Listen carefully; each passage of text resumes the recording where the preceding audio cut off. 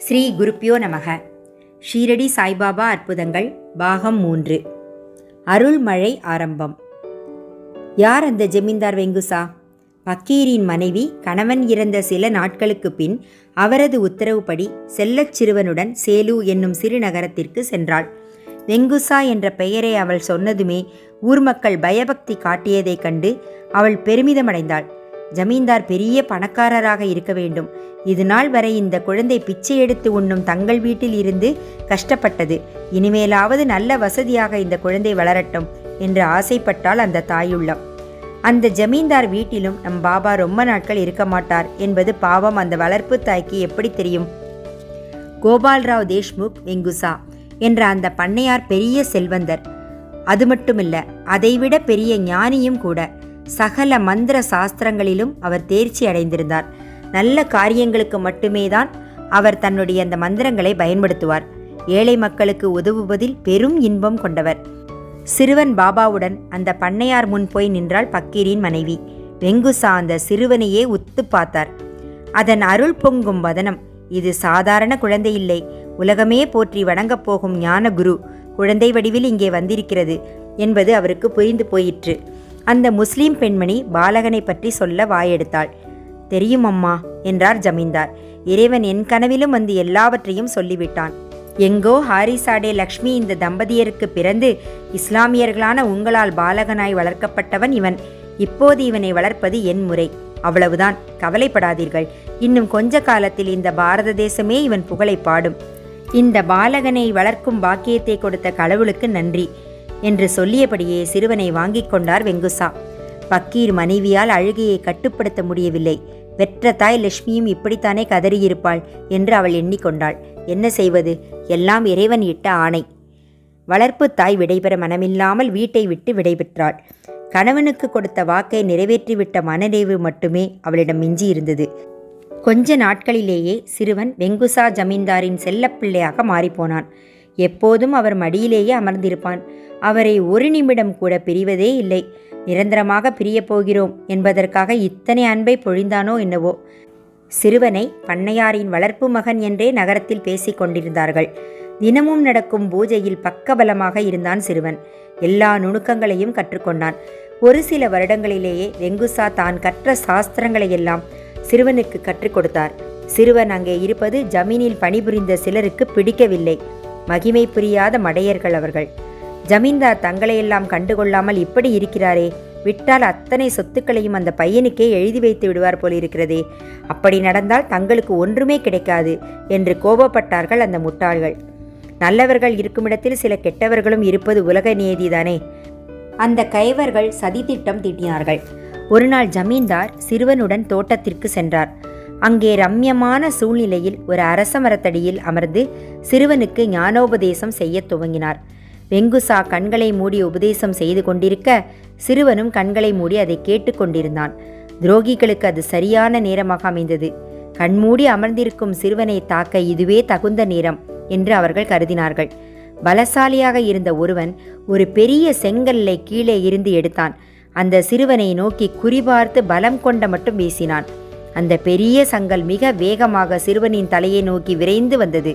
அவ்வளோ பெரிய கல் அத்தனை வேகத்துடன் வந்து மோதினால் அவ்வளவுதான், சிறுவனின் மண்டை சிதறிவிடும். கல் விரைந்து வந்தது.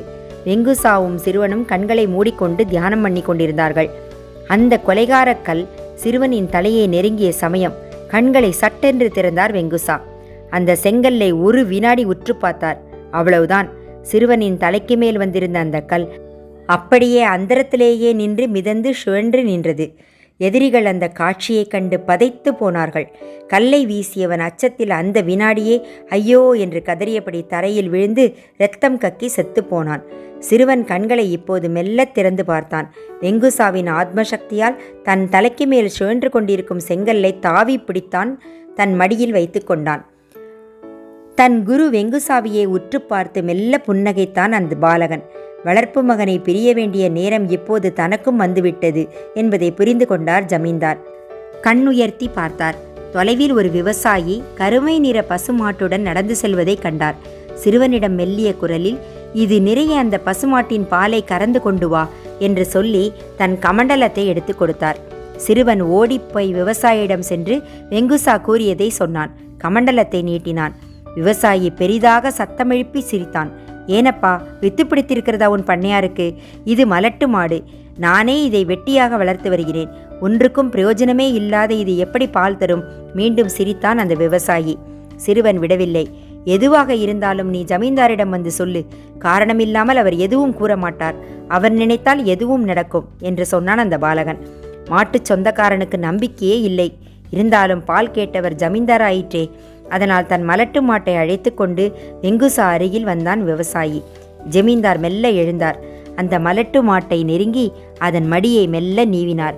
பால் கொடுமா தாயே, இந்த உலகத்தின் ரொம்ப முக்கியமான விஷயத்திற்கு தேவைப்படுகிறது என்றபடியே அந்த பசுவின் முதுகில் செல்லமாக தட்டினார் ஜமீன்தார். அவ்வளவுதான்.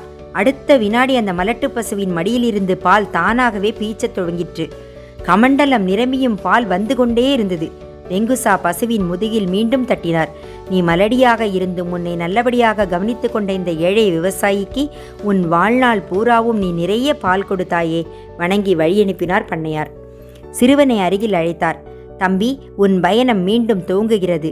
உலகத்திற்கே ஒளியாக விளங்கப் போகும் நீ கொஞ்ச காலம் என்னுடன் இருந்ததுதான் நான் பூர்வ ஜென்மத்தில் பண்ணிய புண்ணியம் என்று சொல்லி அந்த மலட்டு மாடு தானாக பொழிந்த பசும்பாலை 3 முறை சிறுவனின் கையில் வார்த்தார். தம்பி, இதுவரை நான் தவத்தால் அடைந்த யோகம், ஞானம், மந்திர சக்தி மற்றும் எல்லா புண்ணியங்களையும் இந்த வினாடியே நான் உனக்கு தானம் செய்கிறேன், தத்தம் செய்கிறேன். இந்த புனித காரியத்தில் பங்கு பெறும் வாய்ப்பை தந்த இறைவனுக்கும் நன்றி என்று தன் சக்திகள் எல்லாவற்றையும் தாரை வார்த்து கொடுத்தார் அந்த ஜமீன்தார். வெங்குசாவின் எல்லா சக்திகளும் சிறுவனுக்குள் வந்து பாய்ந்தன. தன் உடலில் ஒரு மாற்றம் உண்டாவதை உணர்ந்தான் சிறுவன். தனக்கு எல்லாமாக இருந்த குரு வெங்குசாவின் பாதங்களில் விழுந்து வணங்கினான் சிறுவன். அந்த சமயத்தில் ஒரு கும்பல் கதறியபடியே அங்கு ஓடி வந்து வெங்குசாவின் கால்களில் விழுந்தது.